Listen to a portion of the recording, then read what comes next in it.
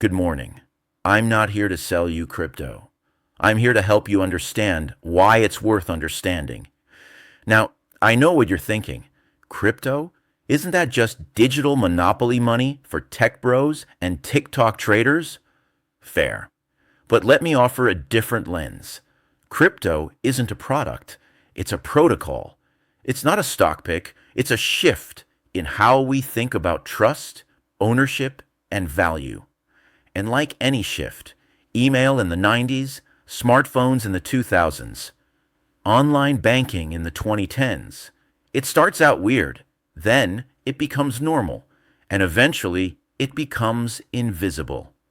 So today, I want to walk you through this terrain, not to convert you, not to hype you, but to equip you. Because whether you ever buy a coin or not, crypto is already shaping the world around you. And if you're over 50, like me, you've seen this movie before. You've watched industries digitize, decentralize, and democratize. Crypto is just the next chapter. Let's start with the foundation, blockchain. Imagine a public ledger, not a dusty book in a courthouse, but a digital one, shared across thousands of computers. Every time someone makes a transaction, it gets written into this ledger. And once it's written, it can't be erased. It's like a notary that never sleeps. Now, why does that matter? Because for the first time, we can move value, money, contracts, credentials, without relying on a middleman. No bank, no broker, no institution. Just code. That's decentralization. And it's not just about cutting out the middleman. It's about creating systems that are transparent, tamper-proof, and global. Think of it like GPS for money. You always know where it's been, and you don't need to trust the driver. Here's a metaphor I like. Imagine a row of glass jars on a shelf. Every time someone makes a transaction, they drop a marble into a jar. Everyone can see the jars. No one can reach in and take a marble out. That's blockchain. It's not perfect, but it's powerful. And it's already being used to track supply chains, verify credentials, and settle payments. Now let's talk about wallets. Crypto wallets aren't like your leather billfold. They're more like digital vaults. You hold the key. Literally. That key is called a seed phrase, a string of words that unlocks your wallet. Lose it, and you lose access. No password reset, no customer service, just you and the code. Now that's powerful, but it's also risky. Because if you don't understand how wallets work, you're vulnerable to scams, to phishing, to fake apps that look real. I've seen retirees lose thousands because they clicked the wrong link. So here's the rule. Don't invest in crypto until you understand wallets. And even then, start small. Practice. Learn the terrain. Because crypto isn't just about opportunity. It's about responsibility. Think of it like driving a stick shift.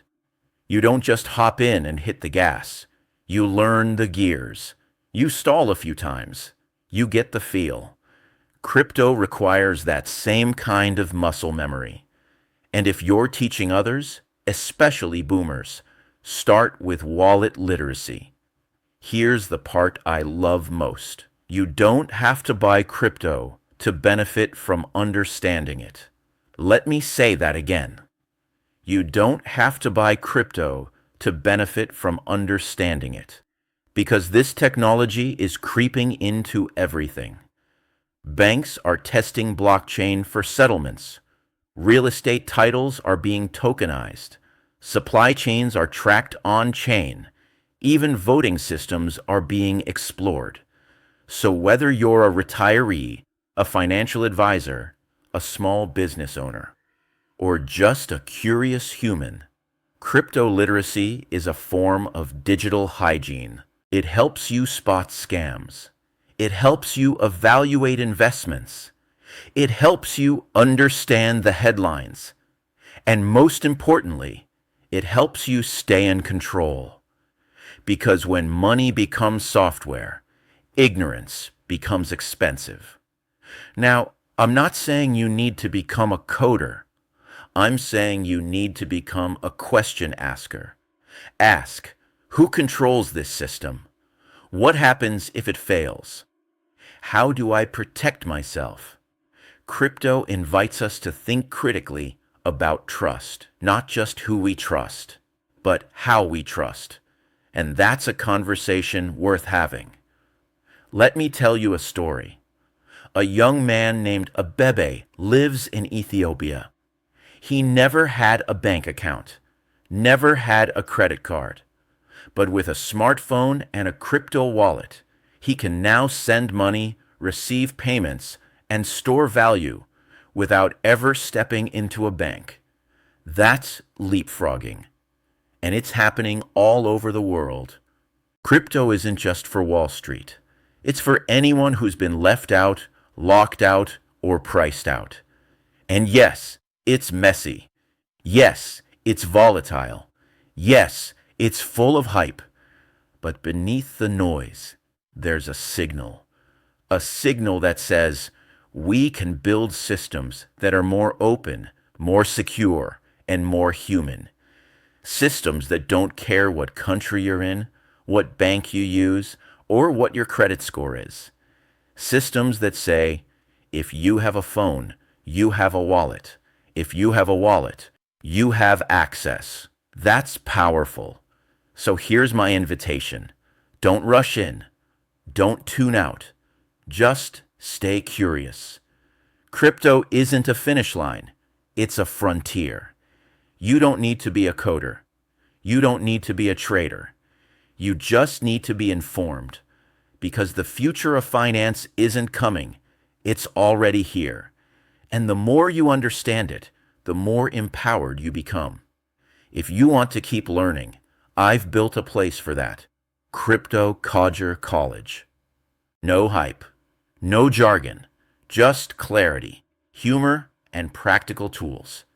Because crypto shouldn't be confusing. It should be empowering.